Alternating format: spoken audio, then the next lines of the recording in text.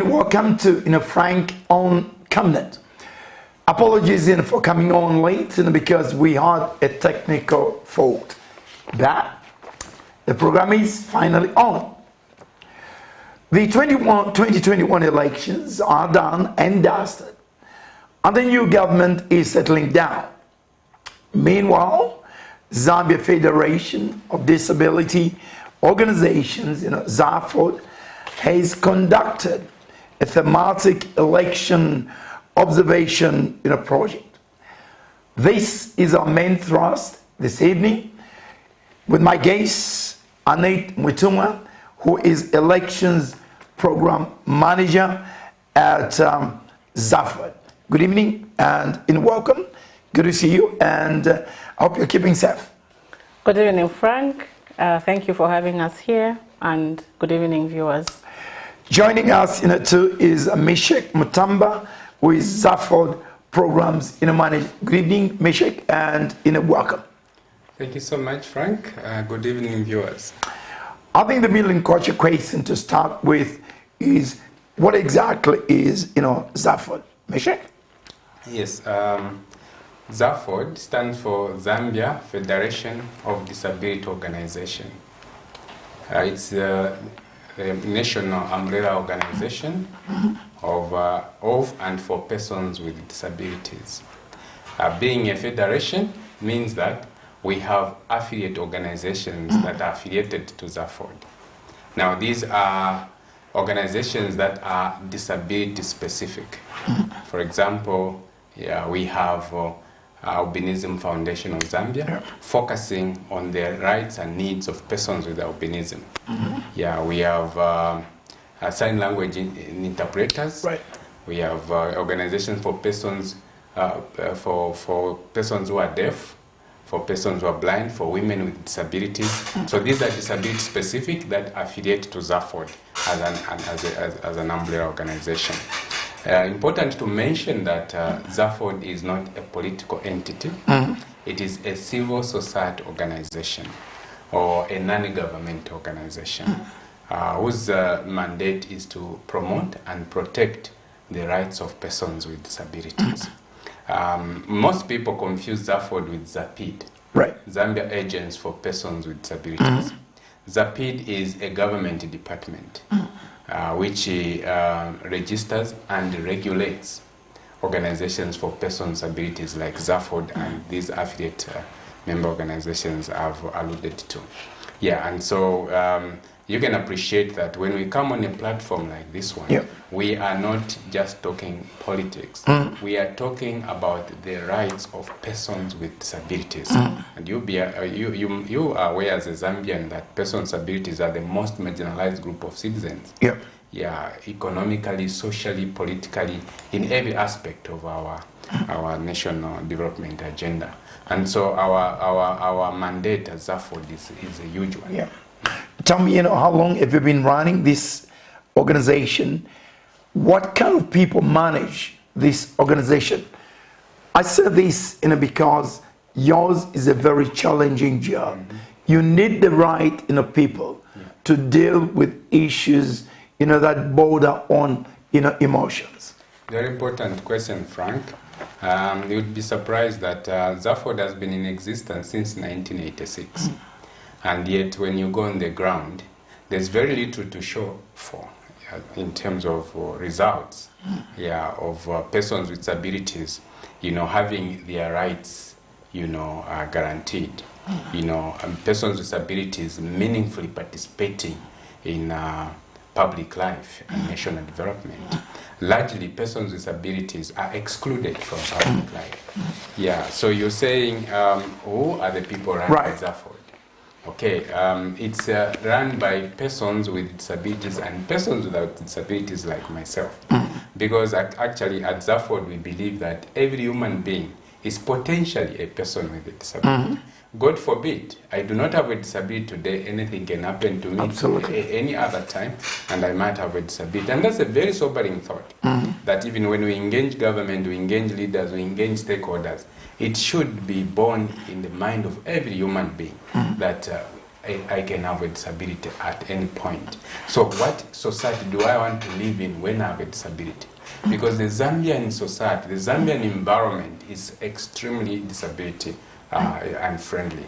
Yeah, and so I find it a wonderful privilege, a special privilege that I can partner with colleagues with disabilities and those with disabilities and speak about this noble cause of creating a society in which persons with disabilities will feel Zambian.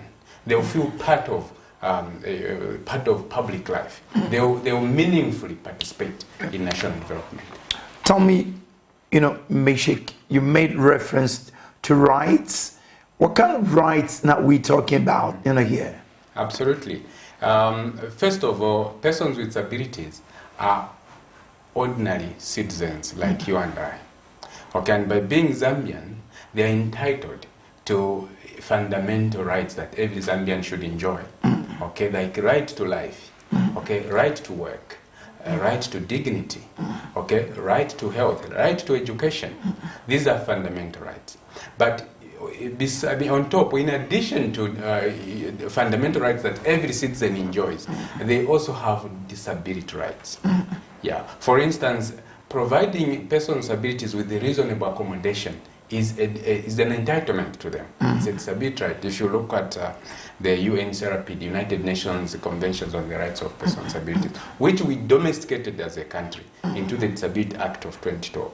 Yeah, and so they have rights that most Zambians are not aware of or do not bother really to pay attention to. If you go to a parking lot, you find a specific parking space for person with a disability. If you go to a building, persons with disabilities can demand to have a ramp for them to access. Yeah. Then they have political rights. For example, rights to participate in elections as voters and as candidates. Okay, they have rights such as affirmative action to ensure that they are included in the governance system of the country.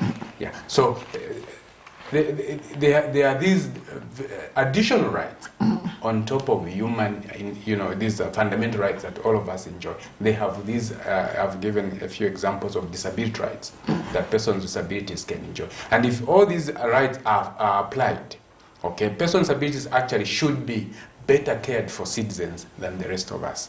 Yeah, in that context. I think let's look at the role of the government in all this, because the government really is the driving force, of all this. How do you relate to the government? And does the government appreciate, this noble, cause that you have undertaken? Okay, on the part of the government, it's really difficult to say that they appreciate what we have taken. Of course, we recognize the fact that even the domestication of the United Nations Conventions on the Rights of Persons with Disabilities was championed by the government, and then we also have the Disability Act of 2012. But to a large extent, we feel that the government needs to do more. For example, the reason we are here is the thematic election observation, and very soon I'll be speaking to the findings of that. And so government entities are involved a lot in the work or in making the realization of the rights of persons with disabilities a reality. But to what extent are government entities actually implementing this? So to what extent are they actually ensuring that the rights of persons with disabilities are realized? You find that it's very low. Look at the mainstreaming of persons with disabilities in governance. We can even refer to for example, recently, at the beginning you said we have a new government in place. And this government came on the base of inclusion. They have been talking a lot about inclusion, but what we have seen largely is regional inclusion. What about inclusion of persons with disabilities? We have not seen that. So the government has a lot of work to do in order to, should I say, strengthen or respond to what ZAFOD is advocating for in as far as the realization of the rights of the persons with disabilities are concerned. I'll ask Meshek to add. What else should the government be doing, Meshek, to ensure, that these rights are even enshrined in the Constitution. You talked about some of these rights not being domesticated. Where do the challenges lie? That's true, Frank. Where does the challenge lie? I think we've gone around the country and spoken to key stakeholders, duty bearers, decision makers, key governing structures of our country. Like Annette has touched that area, Zambia is one of the countries in the world that has very good legal instruments that would ensure the well-being of persons with disabilities if they were properly implemented. The UNCRPD, we are a signatory to that and domesticated the Disability Act. There are two challenges. Number one, most duty bearers, our leaders, are ignorant of disability rights and needs and the special needs of persons with disabilities for whatever reasons. Then secondly, when you bring this to their attention, often the cry is limited resources. And yet there are so many simple things that we can do within our resources and our wisdom and our intelligence as a nation. I'll give you an example. Persons with mental disability. Most of the people Zambians consider to be mad on the street are not mad. If they were put on medication, the right medication, you'd hardly notice that this person has a mental disability. When you find out from this group of our citizens, they will tell you that the medicines are too expensive and government cannot place them in the health facilities. But Frank, we've learned with shock in the recent past, some of the government procurements that even an under 5 child would shake their head. That a vehicle is bought at $1 million, and we fail to meet that moral obligation as a nation to place medicine in the health facilities. So I just want those two challenges to stand, those two issues to stand out. Number one, ignorance among most of our duty bearers about disability rights and the special needs of persons with disabilities. We've spoken across the board. Those in the health sector, those in the education sector, those in the civic sector, councils, municipals, and all these local governments, and even at a higher level. Up to permanent secretary, we've engaged, at minister level, and we are hoping that with the new government, the engagement will be different. That first of all, Zafod will be perceived as a partner in development, as a strategic partner. One thing we can acknowledge on this platform is that government has made an effort to place focal point persons at ministries to respond to our advocates' work on inclusion of persons with disabilities in the national planning, in our development discourse, in our implementation of our development agenda. Because, Frank, the role of government is to create an enabling environment for all its citizens. Absolutely. Regardless of our social status. Regardless of where we come from, as the new president keeps mentioning. As long as you're a Zambian, you should meaningfully participate in our national development. And so that creating an enabling environment, is it disability friendly? That's where the challenge is. And how are we prioritizing our resources to ensure that this group of citizens, our mothers and sisters, workmates, schoolmates of disability, of our development processes? One of the major problems that I'm sure you encounter, Meshek, is stigma. How serious is that? How serious is stigma? First of all, Frank, I checked the definition of stigma. One online dictionary defines stigmatization as the action of describing or regarding someone or something as worth of disgrace or great disapproval. And trust me, Zambia is one country where stigma is pathetic. Pardon me for the lack of a better word. Just look at any local language, how we address persons with disabilities. It will tell you how much we stigmatize this group of citizens. Early this year, we held a community meeting in Kapirimposhi, and we asked community members, who is a person with a disability? Right. And the answer came emphatically, is someone who can't do anything. So Zambians, majority of Zambians perceive persons with disabilities as good as dead, as unfunctional human beings. You understand? And yet we have so many models. My boss at where I work, our federal director, is a person with a disability. He has a degree in education. Yeah, he's our director, he's our boss. Yeah, we have lecturers at the University of Zambia. Thomas Mtonga is a person with a disability. He's lecturing. That's a highly educated person. Yeah, these who can even take up any level of leadership in our country. And yet, most of our people, have this very negative cultural orientation and perception towards persons with disabilities. So much that when you come to grips with this kind of stigmatization, you begin to realize how huge a task we have as a nation. And you begin to wonder what can bring about a real change in the minds, first of all, of our people, especially in the minds of our leaders, that our leaders can begin to speak disability-friendly language. They can begin to inspire our people to appreciate that disability is diversity in humanity, and that when persons with disabilities are well supported, they are provided with human development services such as education, health, personal security, nutrition, assistive devices. They will actually be dignified. They will not be viewed as objects of charity and medical care or beggars in the street. They will be partners of development. They will be subjects of engagement for national development. Tell me, Meshik, you've just made reference, to somebody who has got a degree, your boss. Yeah. There are many people who are, disabled. Yeah. We've done extremely well, after facing very, very difficult, situations. You talk about even being in class, there are no facilities, there are no special facilities. My question is, we know that these people, are going through a very difficult situation.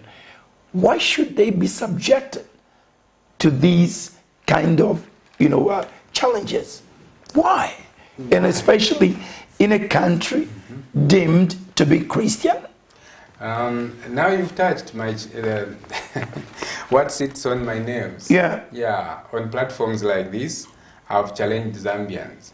That can anyone convince me that we can convince God we are a Christian nation? Because we have we have neglected our moral obligation. Towards our own brothers. Persons with disabilities are closer to our hearts. We have wives among them, we have husbands, we have workmates, we have schoolmates, we have children, we have brothers and sisters among persons with disabilities. You see, this is society's construction. To demonize persons with disabilities. Okay, and that's why we get from the community definition that a person with disabilities is as good as dead. The way you look at me today, I appear like I do not have a disability, and you are calling me Meshek. Tomorrow, when I have a disability, you will no longer refer to me as Meshek. You will see the disability before you see the human being. That's typical in Zambia. And that's why you hardly find a building in Zambia that is constructed to allow persons with disabilities access it. Because none of us think about persons with disabilities in our planning of this country. They are an afterthought. And so I'm answering your question, why is it like that? I think national leadership has never embraced this category of citizens. We've had phone calls, Frank. I've listened to a phone call, a Zambian telling me, if the leaders don't want us because we have disabilities, why don't they kill us? They feel dejected. They feel they don't belong to Zambia. I'll give you an example, the experience we had in Mwinilunga. We reached Mwinilunga district, and we hardly see a person with a disability anywhere in town. We called them to a meeting, and the wall at Mwinilunga Secondary School was filled to capacity. Where did they come from? Hidden in their parents' homes, fearing, society. For society is not only, rejecting them by attitude and stigma, even in the physical environment itself. It's extremely difficult for a person with disability to participate in public life. I began, Mark, you've just made reference to parents. What role should parents be playing in their homes? Those who've got, children who are challenged physically and emotionally, innate, because love is very important, in a home. What role should parents be playing? I think I ask you this knowing you're a parent. Okay. I'm a mother for that. Oh, yes. Okay, so I think one of the roles that parents need to play is to recognize that a child that has a disability is still a child, and that a child with a disability should enjoy their childhood. Also to instill in the child the idea, or the child needs to be taught by the parents or by the mother to realize that they're a human being just like any other person, except they have limitations maybe in the way they would do certain things owing to their disabilities. So it's very important that from a very young age we instill confidence in our children, say regardless of their disabilities, they're still human beings, they've got human rights to enjoy, and they have a lot of potential that they can actually exploit. Because sometimes among persons with disabilities, in as much as our society is not very inclusive or as inclusive as we would desire it to be, I think the stigmatization that the persons with disabilities suffer tends to make them exclude themselves. And so from a young age, a child will realize to say, I'm different from those others. Why should I interact with them? I'm different from the others, or maybe I've got this disability, so because of this I cannot aspire for something like this. I cannot play with such children. I cannot go to a school for such, maybe for children without disabilities. So for me, I think the role of parents, especially where there's a disability in a family, is first of all to make sure that the children can recognize that they're children just like any other, despite that limitation, and also to encourage the children to aspire for things that they would like in life, just like they would inspire children without disabilities, but also to relate and to affiliate with organizations like Zafford that are championing the rights of persons with disabilities, and to get involved actually in inclusion, and also in ensuring that the public life of persons with disabilities is a life that is worth it. You made reference to a very touching situation, Meshik, when you said some people really feel hopeless, that they don't belong to this society which is deemed normal. Have you had situations where your heart has been broken, where somebody says, you know what, it's not worth living for? Of course, we get that almost on a daily basis of my work. Yeah, I'll give you a typical example where we went into Kanyama compound, and we were informed by neighbors that there's a child in the next house. And when we saw that child, the child was pale, pale-skinned, because he had never seen the sun, because the child has a disability. That's one example. I was in Mpongwe training a network of persons with disabilities in advocacy work to engage our duty bearers, engage government line ministries to improve service delivery to persons with disabilities. And the experiences those persons with disabilities were relating would make you shed your tears. Because a person with disability has a 50 kwacha in their hand, and they are walking to the shop, but they are blind, and they have a guide. And immediately reaches the door to the shop, they are being chased by the owner of the shop. Because in the mind of the owner of the shop, this person is coming to beg. So as a Zambian, when you have a disability, you are an outcast. That's the society we have created. And the subject Annette was talking about, it takes everything in the power of a parent for any one of us to get educated. If you listen to the story of my boss, our federal director, the mother was such a tough woman that she stood against all odds in the village where she was called, you are a very cruel human being. How do you let a child, can't you see the condition in which he is? You let him go and look after animals. You let him go and cut tree stumps in the field. She said, I want this child to grow like anybody else.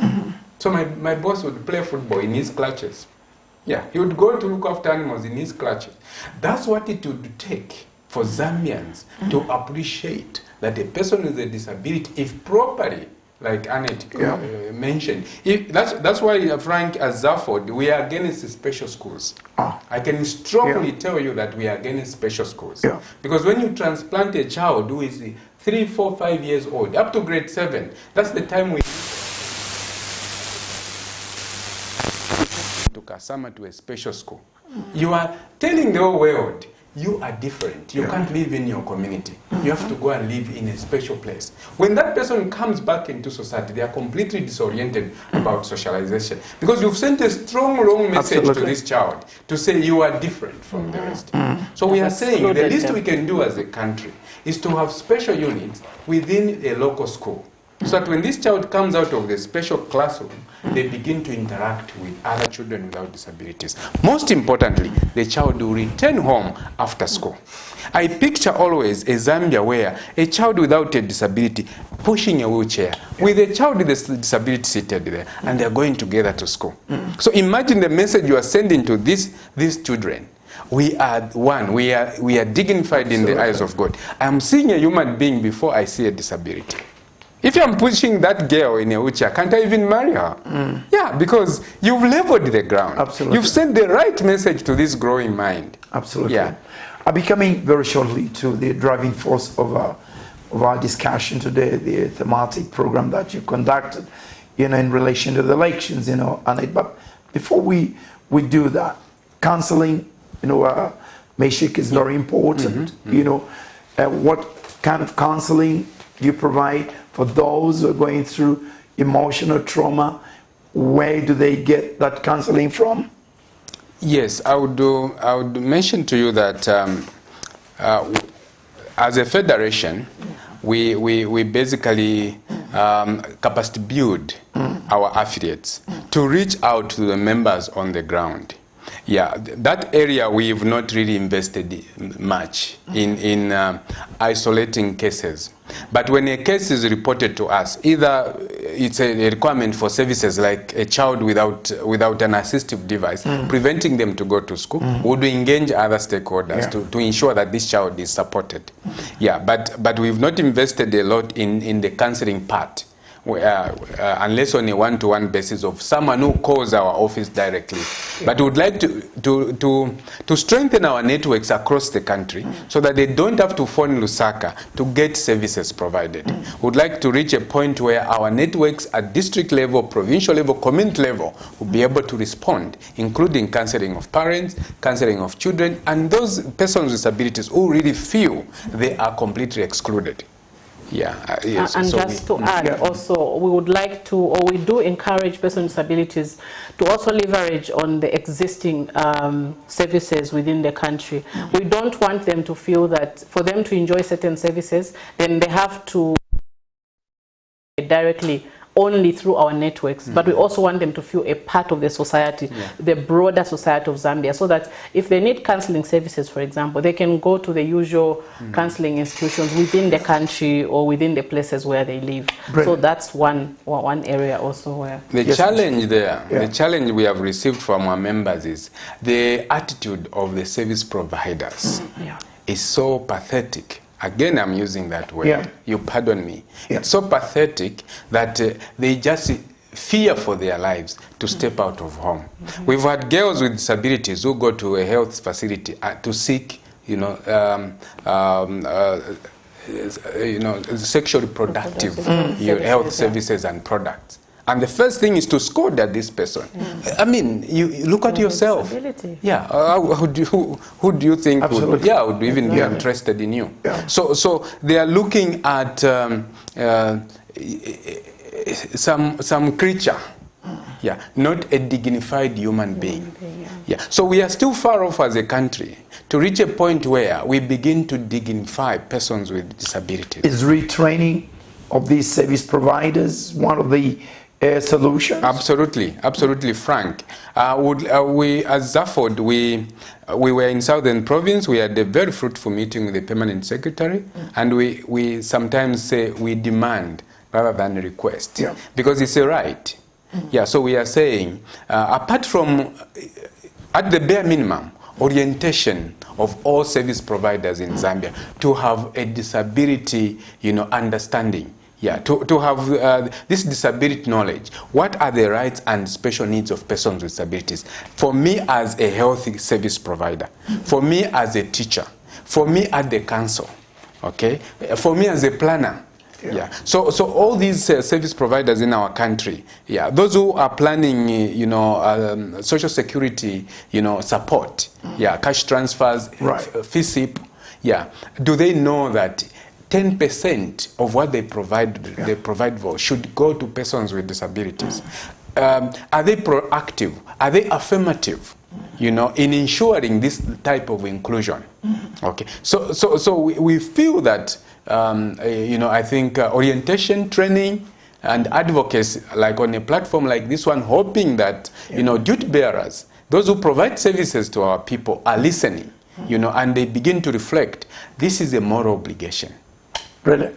Let's move to the elections, Anait. As we all know, the country recently held presidential and general elections, of which you subsequently commissioned a thematic election observation. Before we discuss the mode of what has come out of these observation, just generally, Anait, the electoral process, how impacted you, from the disability organization, just a general view of the elections. What are your views on how the election process was conducted? Okay. I think the general view is that persons with disabilities are actively involved in politics. And it's very encouraging that despite the electoral process having so many barriers that I'll speak to later on, persons with disabilities came in numbers to participate in the just ended elections as voters. Many of them actually voted. We had a good number. We had 12 that were actually candidates that were adopted in the just ended elections. They actually are supposed to be 13, except one election is yet to be held. Yeah. So, but the ones that appeared on the ballot on the 12th of August are actually 12. In addition to that, we have persons with disabilities who are political party members. So as regards the general election, the general observation is that a number of persons with disabilities participated. Voters, as citizen observers, as candidates, as members of political parties, and also, I think I've spoken as party agents, observing elections on behalf of the parties. But what we have seen is that apart from infrastructure, should I say structural barriers that were observed, we've also seen that the environment was not very friendly for them. There was so much harassment. There was so much messaging that was not targeting them for service provision, but messaging that was discrediting them as candidates, and messaging that was making them feel they are not supposed to take part in elections. We also had situations where political parties, as they crossed fire amongst themselves, someone would say, for example, I think I remember someone saying, the reason why such and such a person is behaving like this is because they need to go to China, they are mentally disturbed. Now, just at that point, you ask them to say, persons with mental disabilities are human beings too. So when you say this person is why not use a different example? Or why not just talk about whatever you have without involving other people, without referring to persons with mental disabilities in that regard? So it was that kind of messaging, harassment, that you see that they are keen on participating, but the processes or the environment in the election was not conducive enough. So we don't even know to what extent they are going to participate in future elections. But the impact really on most of them is that it has been negative. We've had persons with disabilities as candidates who have vowed never to stand again. So those are some of the sentiments that you get. And part of the reason we are here today is so that as we speak to these findings, the recommendations, we should charter a course that enables us to correct and to eliminate or even minimize some of the barriers, so that the electoral process, the political process of Zambia is more inclusive and participative for persons with disabilities. Just before you outline, what the observation came out with and what mode it was. You have alluded to some of the challenges during the elections. Did you raise some of these with ECZ and other stakeholders? Yes, we did. We do a lot of advocacy work with the ECZ. We've spoken to them about a number of barriers. For example, barriers to do with infrastructure, and we are also engaging them further. We've also spoken to political parties, and part of the reason we even had a number of candidates on the ballot was that we engaged political parties prior to the adoption process on the participation of persons with disabilities, and so political parties were more keen also to include persons with disabilities or to adopt them as candidates. But the same political parties, again, on another hand, have been observed to have withdrawn adoption certificates from some of the persons with disabilities who were supposed to participate in this election. So with engagement of stakeholders, there is some positive results. So there's some positive results that we're observing, but what I can tell you, Frank, today is that we have a lot of work to do because there's progress on one hand, and then on the other hand, we seem to be going backwards. So it's difficult really to measure where we are, but we feel that with continuous sensitization, continuous engagement, we eventually get there. So yes, we are engaging stakeholders. We've been engaging them, and some of the results that you see are actually as a result of that engagement. Right. We had engagements, for example, with the ECZ, where we spoke about making election materials more accessible, and we saw them responding by distributing Braille ballot jackets. So, and also they've actually introduced a disability desk at the ECZ. So all that is the work of ZAFOD in advocating for the political rights and electoral rights of persons with disabilities. Brilliant. So run us through what the program was all about, thematic program, your observations and your findings. Okay. So the thematic election observation was a project that we designed as ZAFOD to assess the accessibility of electoral processes and also the participation of persons with disabilities in the political space and also in the electoral process. So to do this, we deployed 20 long-term observers that were trained, recruited, trained, accredited, and deployed to observe the pre-election period, which was a period from the 15th of July until the 11th of August, in which our observers were reporting on the pre-election processes, the preparations by the ECZ, the messaging from the ECZ, monitoring the voter education process, and also monitoring political party activities, which is where we got some of the messages that were derogatory to persons with disabilities in the campaign period. And also that is where we saw that although voter sensitization took place by the ECZ, we did not see targeted sensitization for persons with disabilities. So you find that some of the processes, although we had all this going on, there was no specific target for persons with disabilities. So they still found themselves excluded. They still found themselves with a number of barriers to overcome for them to participate in the election. Then on the election day, we had what we called a short-term observation method, in which we recruited 74 short-term observers to observe proceedings on the election day. And in addition to that, we had 20 roving observers who were moving from one polling station to another on election day. We also had 5 at secretariat level. So that's what I can say about the thematic election observation. And the main goal of this thematic election observation, like I said, was to assess the inclusivity of the electoral process for persons with disabilities, and also to have data so that in future, or as we go forward in our work as ZAFOD, we have data to drive our advocacy. What are you going to do with the findings, so that they make a positive difference, in future? Okay.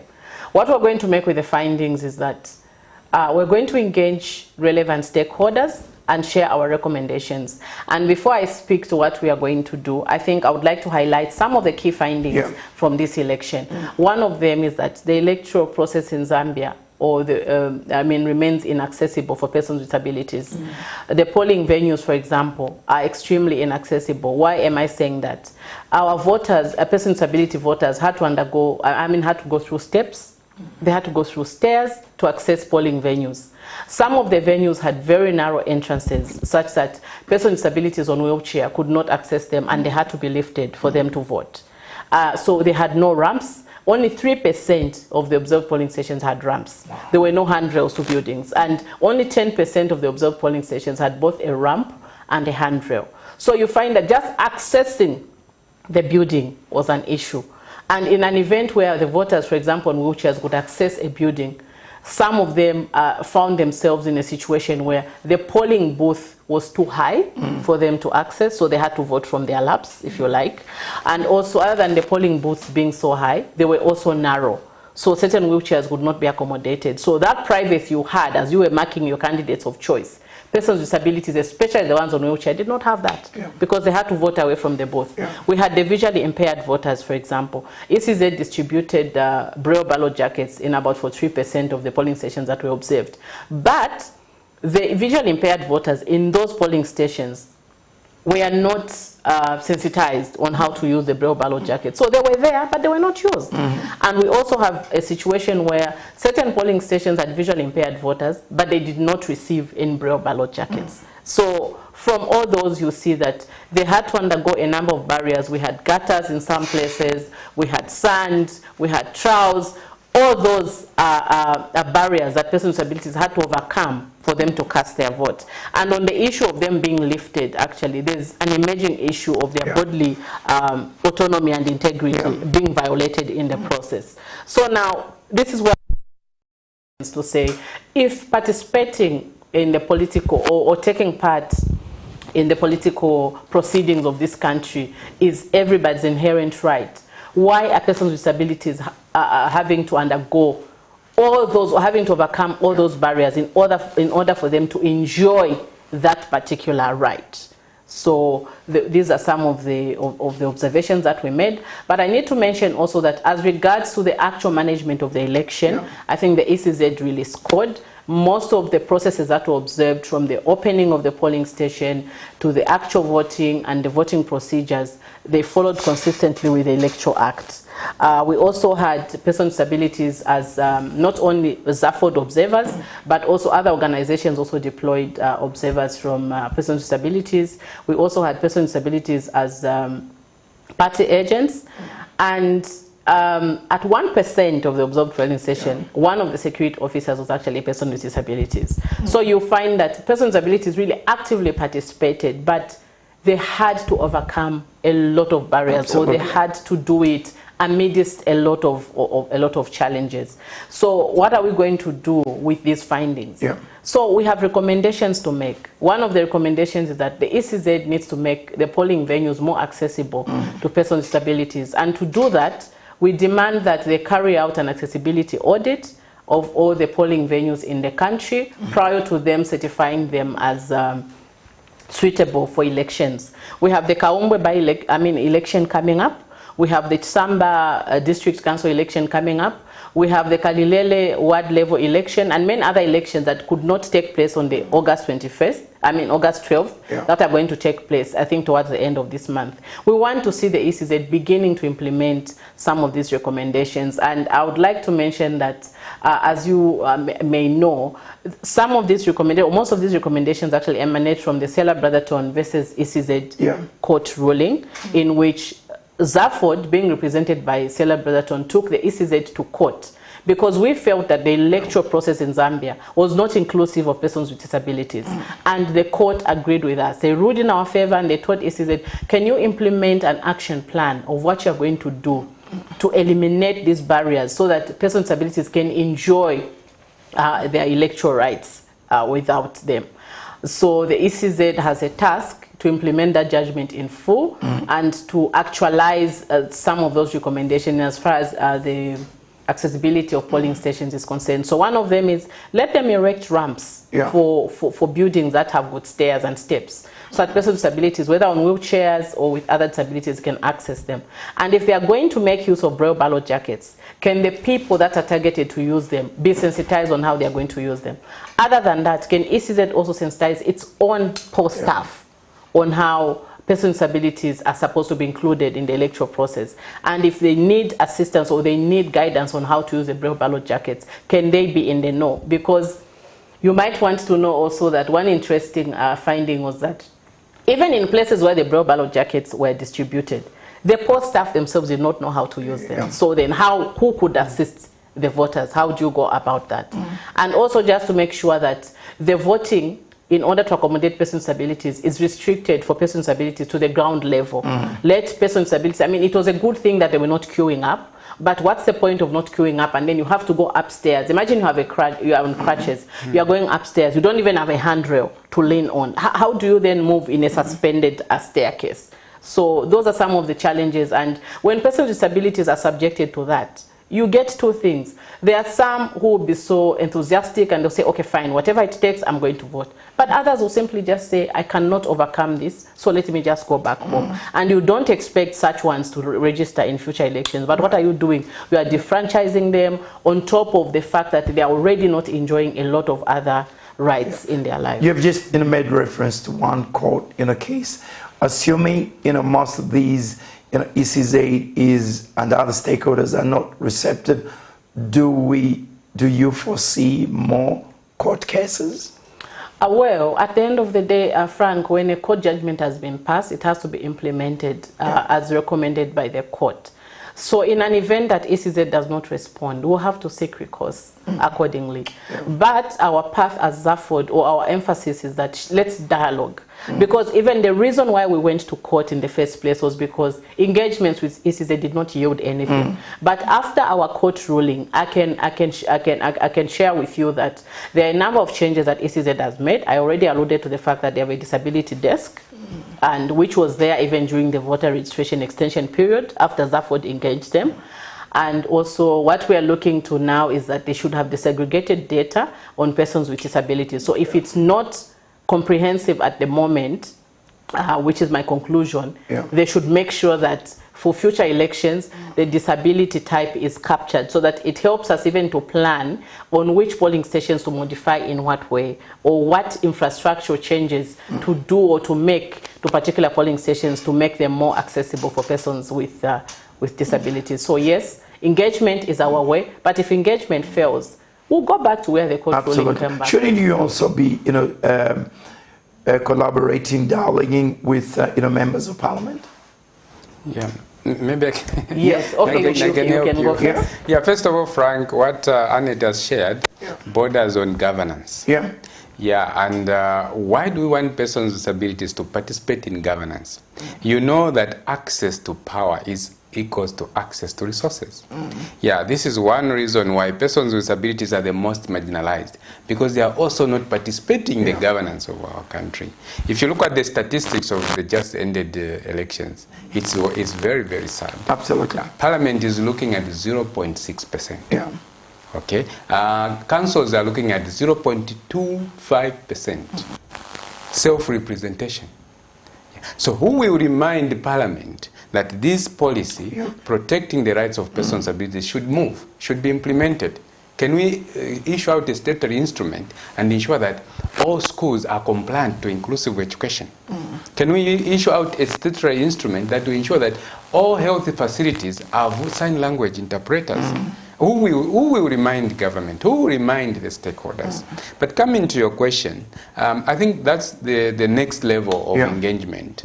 Yeah, you would be actually happy that we need to address both the demand side, our members, and the supply side, government and service providers. But on the side of service providers, we already have meetings lined up with parliamentarians. Yeah, like breakfast meetings. Yeah, where we bring them to an interface. Yeah, to speak face to face with persons with disabilities and hear for first hand, the experiences of persons with disabilities in the Zambian society. Absolutely. And what moral responsibility and obligation parliamentarians have when they go back to the House. Yeah, because when they're in the House, they seem to be politically or partisanly oriented. Yeah, so how can they come out of that shell and begin to look at national development from a completely dynamic perspective? Right. This is Frank on Camnet. we're looking at issues pertaining to disability. Our thrust, has been the thematic program that was, carried out by Zafford, post, election. My case, Anait Tuma, who is elections program manager, and Meshek Mutamba, Zafford programs, manager. We'll spend another 15 minutes or so after the break. If you want, call us, please, do when we come back. What else would Zafford like, to see this new government, address? Join us very shortly. Like I said, if you'd like, to phone us, please do so immediately after the break. Are you a small to medium enterprise looking to advertise your products and services within your community and across Zambia? In these economic times, we are here to help you grow your business. Advertise with us on Camnet Market. Camnet Market is offering lower rates for prime time advertising between 06 to 18 hours every day to give your business an edge under the new normal and beyond. For more details, contact us on the following numbers: 097 975 3010 or 096 296 5883, as well as 096 244 726. You can also reach us via email on info@camnettvafrica.com. Camnet TV, not just another channel.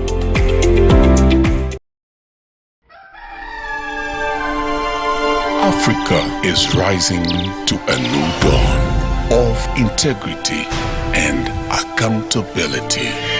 Are you tired of being swindled or buying fake or illegal properties? Would you like to sell or buy genuine property? Would you like to list your property on both local and international market? Don't waste your time. Call the professionals, the SGK Properties, on +260 762 166 018. SGK Properties. Your business assurance is our priority.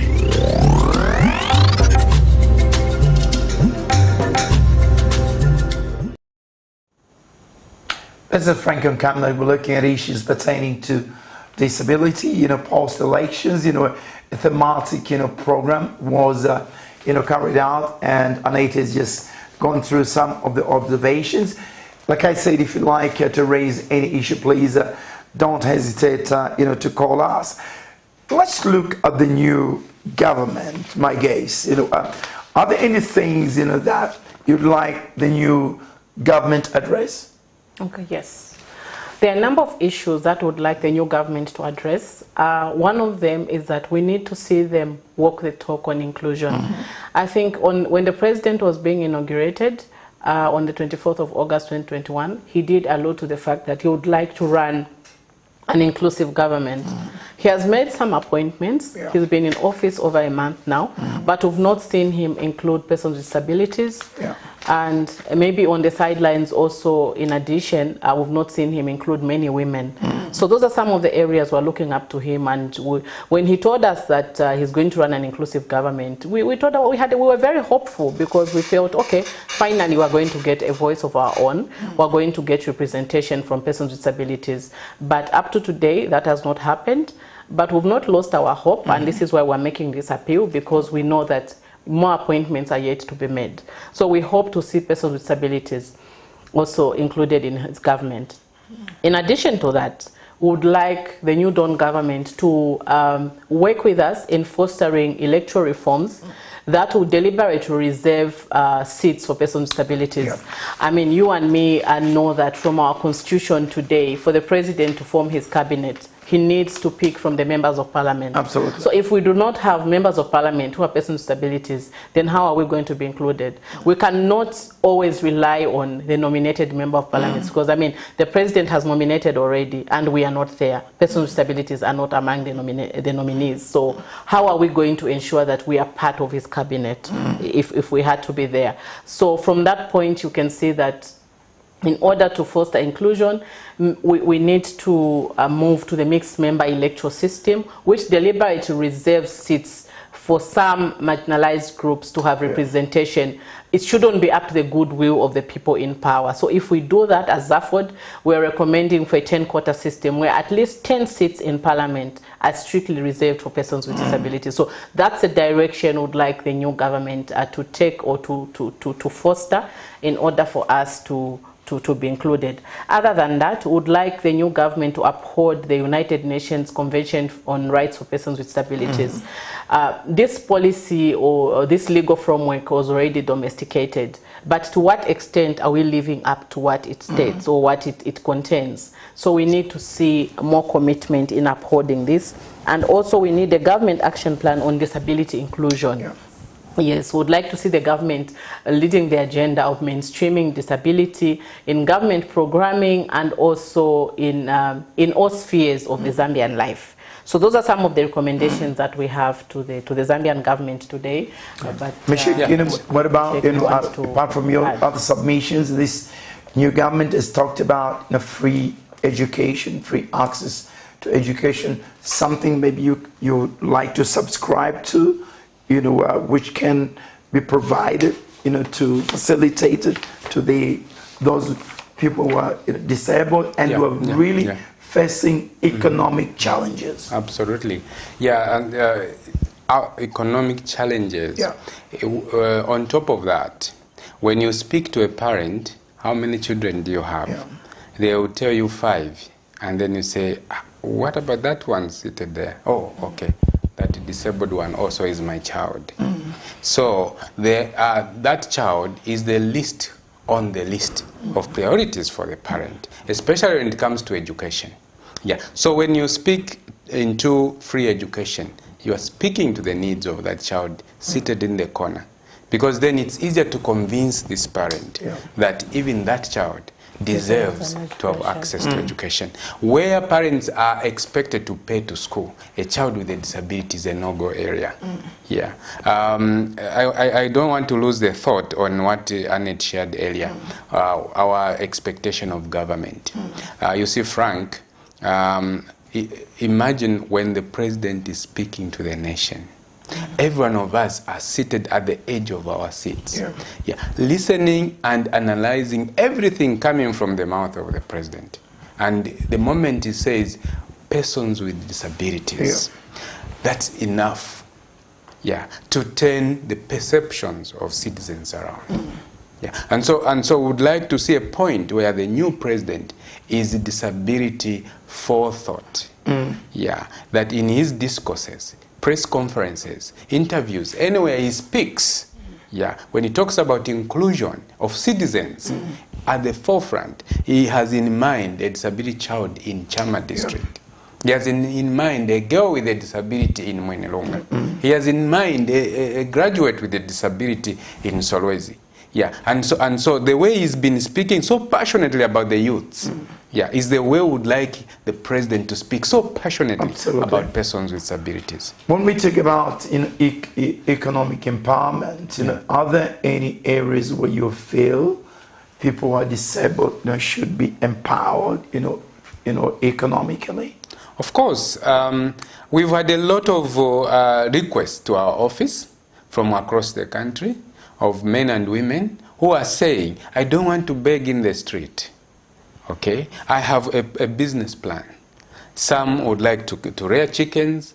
Others would even want to do gardening, sell in the market. Some have pet businesses that they want to be boosted.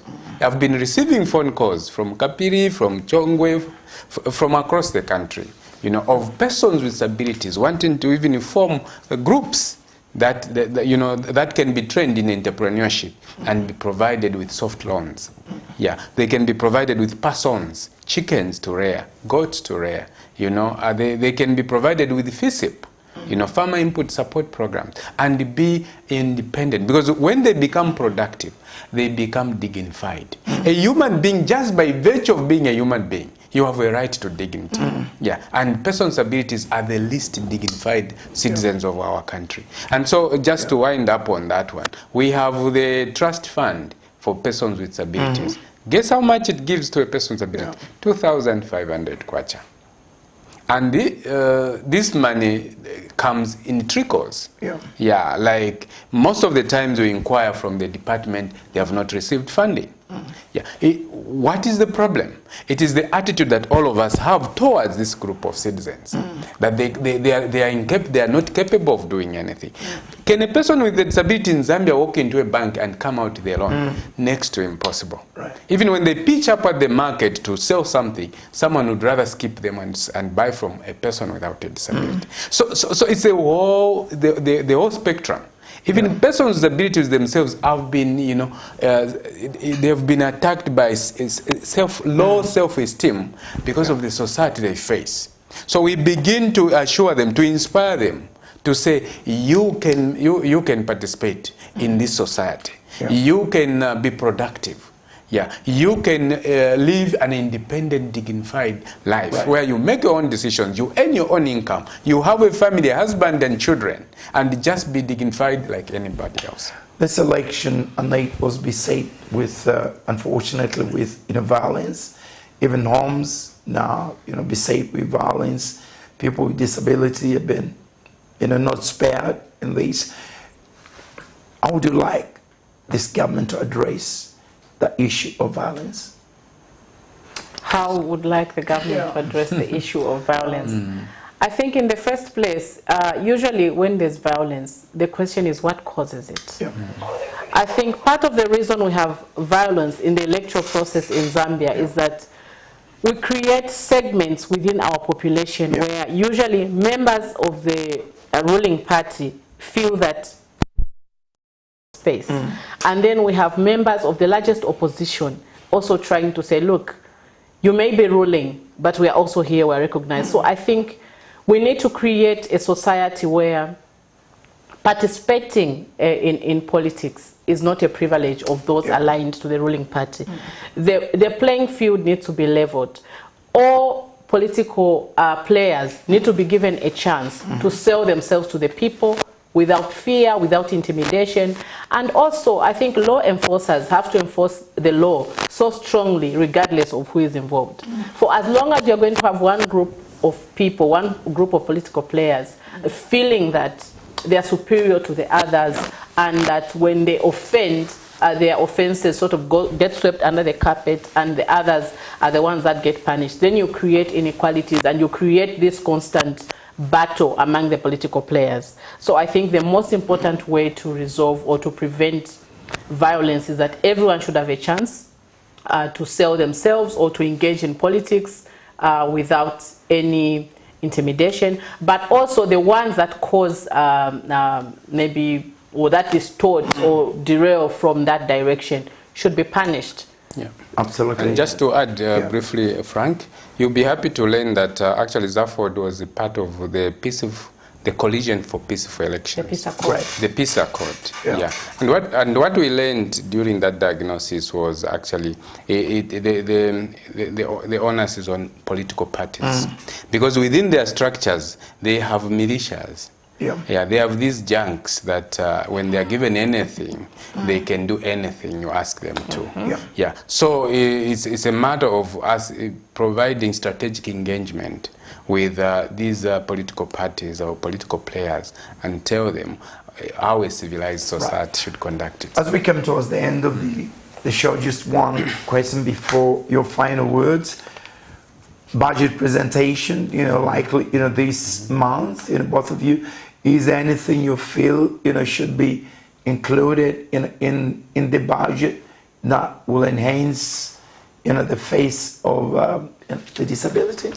Frank, just pardon me, I mentioned just one important appeal to the governance structures.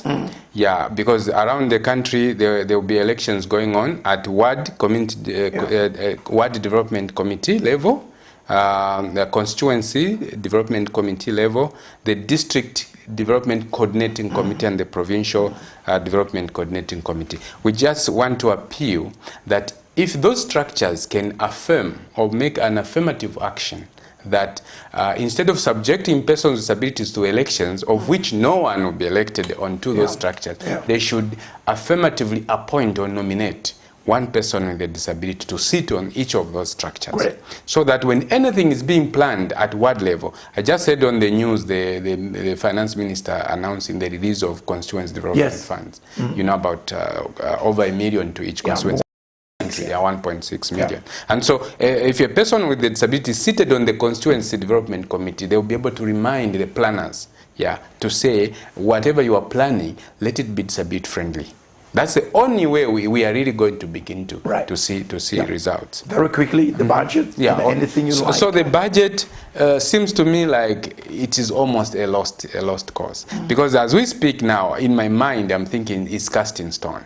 But if not, we are expecting that in the mind of government to be inclusive, they are going to specifically allocate reasonable accommodations for persons with disabilities. Let me give one typical example. When government is planning for social protection, they will remember that persons with disabilities are the majority in the vulnerable citizens of Zambia. And so they will increase the number of persons with disabilities. But it's not the Minister of Finance, because he will not be there when they are registering or capturing the beneficiaries of that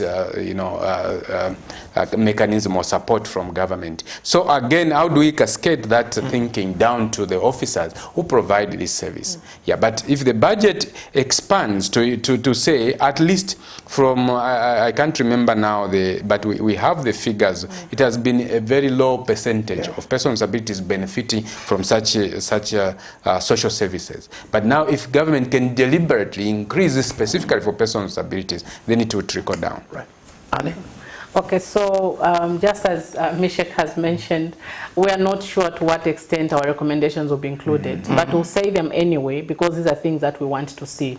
I think personally, having had this experience with the thematic election observation, would like to see the government funding the advocacy agenda. Let's speak to issues of persons with disabilities, because if we have to change the attitudes of the public out there, if we have to make sure that ECZ implements even the recommendations of the celebrated judgment to make the electoral process more accessible, it means they have to be adequately funded. Disabilities have to be sensitized. So we are sensitizing both the persons with disabilities and also the general public on how to work together or how to be inclusive of persons with disabilities. Would like to see the government funding the advancement of a disability agenda in as far as advocacy is concerned, in as far as mainstreaming disability is concerned. I know that the government speaks a lot to gender mainstreaming in their programming. To what extent do they mainstream disability? I mean, I have a few examples to that effect.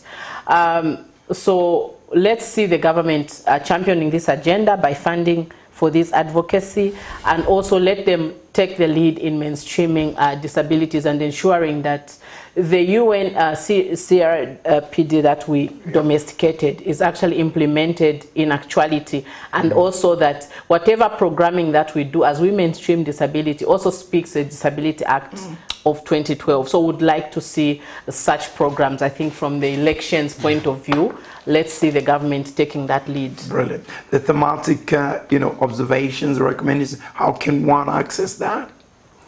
Okay, we'll share it with you, but we'll also make it available on our on our page, the Zafford Facebook page. We're also on Twitter. So we'll share through our networks, we'll share with the media. I think we've already shared the press release. We'll also share the final report, and we'll also print it and make it available in many public places. So this is a public document, and we'll make it available to you. It's already in its final form, and we are ready to share these recommendations so that the members of the general public can have access and read at their own time. Thank you, my guests, and all the best of luck. Thank you so much for having us here, Frank. On Frank on Camnet today, this Tuesday, I featured Anita Mwitumwa, Elections Program Manager, and Mishek Mutamba, ZACO Programs Manager. Thank you for watching, on behalf of Isaac and the crew, and Pastor Chiluba, Executive Director, and Mrs. Chiluba. Thank you for watching. Like I keep on saying, do your very best, and God will do the rest. Good night until next Tuesday. Bye-bye.